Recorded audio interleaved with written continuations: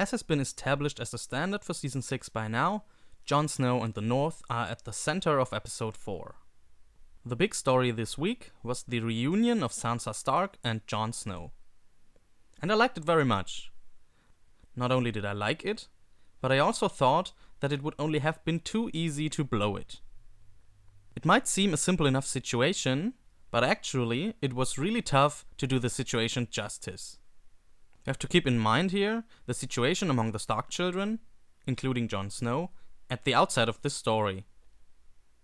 While many Stark supporters in the audience of course like all the Starks, not all members of House Stark have always been on the best terms. L_X even pointed out that Sansa and Jon had never talked to each other on the show prior to Season 6.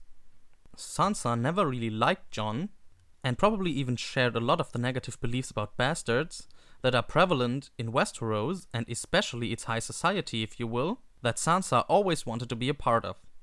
Jon also never cared for Sansa all that much, it seems, certainly not as much as for Arya. I think the show did a good job of addressing this, and managed to walk the thin line between too cheesy and not a happy reunion at all. Let's not forget at this point that Sansa played quite a role in the death of Eddard Stark, even if she was too young and gullible to be really held accountable. I especially liked that tense, confused moment before the two actually fell into each other's arms. I also enjoyed their dialogue throughout the episode. It took D&D a long time and very shitty story elements, but finally Sansa seems to have developed agency. I know many had already thought that would be the case after Season 4. Let's hope it's for real this time around. We see Jon, the great leader of men, basically willing to let the realm be the realm and the Boltons be the Boltons. He wants to simply let it all rest and live some kind of life that's not full of pain, treason and monsters. Sansa, on the other hand, is out for revenge, even before the pink letter arrives. She has already decided before that notorious letter brings Jon into the fold. The argument was constructed really well, and the acting was on point. They managed to have the audience torn between Jon's and Sansa's opinion. Jon, on the one hand, is losing out in terms of facts. He can't go home. There is no home to go to. None of them can be safe in the north, not from Ramsay, and not from the White Walkers either. Jon's argument is hopelessly flawed, because you can't just opt out of a war when people are after you and you have nowhere to run. Sansa, on the other hand, is right. Ramsay is a mad dog that needs to be put down for the two of them to be safe and also for the realm to have a chance to successfully fight the White Walkers. There can be no peace with Ramsay, and for all we know, there also can be no peace with the White Walkers. But that's only half of the story here. Contrary to all that, Jon is the winner on an emotional level. His weariness of fighting and plotting, and his disinterest in revenge, seem relatable and even wise. Wiser than most of the realm.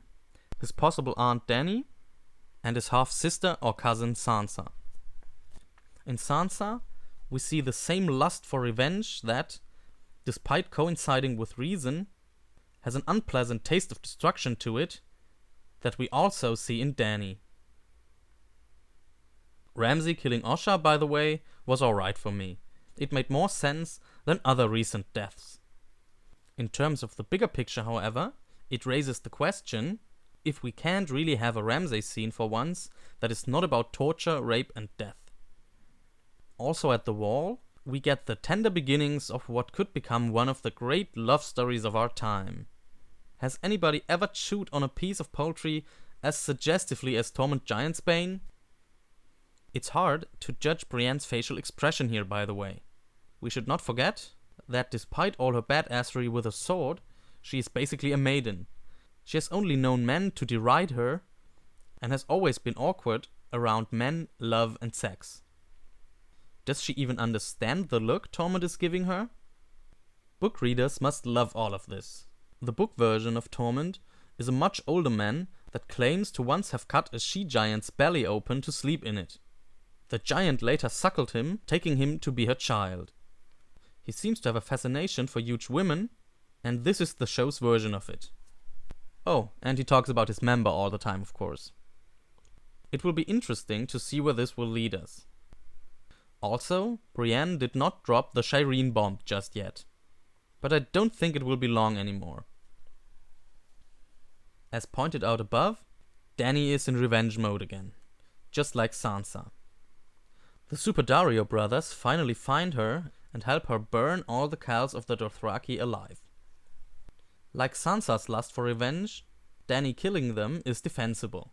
It's acceptable to kill the people holding her captive, especially considering she will probably be needed to save Westeros, and also considering how much suffering these Khals are responsible for. That said, just like with Sansa, Dany's lust for revenge seems a bit over the edge. Her being a Targaryen, we are reminded of her mad father and brother. Revenge provokes more revenge, and revenge without moderation is barely palliated terror. We must fear that Dany is crossing a line here. Also, we got a little grayscale reminder. In Meereen, Tyrion would probably agree that Dany's lust for revenge is a bit too much. Tyrion meets representatives of Yunkai, Astapor and Volantis, making it seem as if Volantis were part of the culture of Slavers Bay, which it is not. Anyway, Tyrion is playing for time on all issues. Grey Worm and Missandei don't like it, and we can only guess what Dany would think about it. We will probably know soon. What is going on with those dragons, by the way? What was the point of unchaining them if it amounts to nothing? Meanwhile in the Vale, Littlefinger shows up again. He has lost Sansa, and everybody but Sweet Robin knows that he should have known better. A pet gerfalcon does a better job of endearing him to the boy than Jon Royce has done fostering him. Littlefinger's bullshit story about Boltons in the Vale again convinces nobody but Lord Arryn. It seems all too convenient that the Vale suddenly has the biggest army, Littlefinger has the Lord's ear, and that the North suddenly seems at a stone's throw. The North is vast, and Moat Cailin should still protect it from a grand-scale invasion. The Vale also should not have enough ships to circumvent Moat Cailin. All of these things are, a bit ham-fistedly, arranged to fit. Next week, it seems, Littlefinger will already show up in the North. People had already been joking about him using a time machine or a teleportation device, so the showrunners seem to have decided to simply go with once established nonsense here. Probably having rented that teleportation device from Baelish, Theon shows up at Pike, by the way. He doesn't want to rule, but supports Yara, who looks very old and tired. More importantly, Houses Lannister and Tyrell decide to act against the faith, because Tommen spills the High Sparrow's secret that Marjorie will have her own walk of shame. This smells like a trap. Would the High Sparrow really tell Tommen such a secret if it were for real? As Meereen, King's Landing is set to descend into war between the poor and the powerful. Both situations have an air of socialist revolution to it. When Olenna says, "better them than us," it's the first time that her cynical, old lady badassery doesn't quite get my sympathy. Who are the good ones here? The poor certainly have a point, but they are spearheaded by fanatics.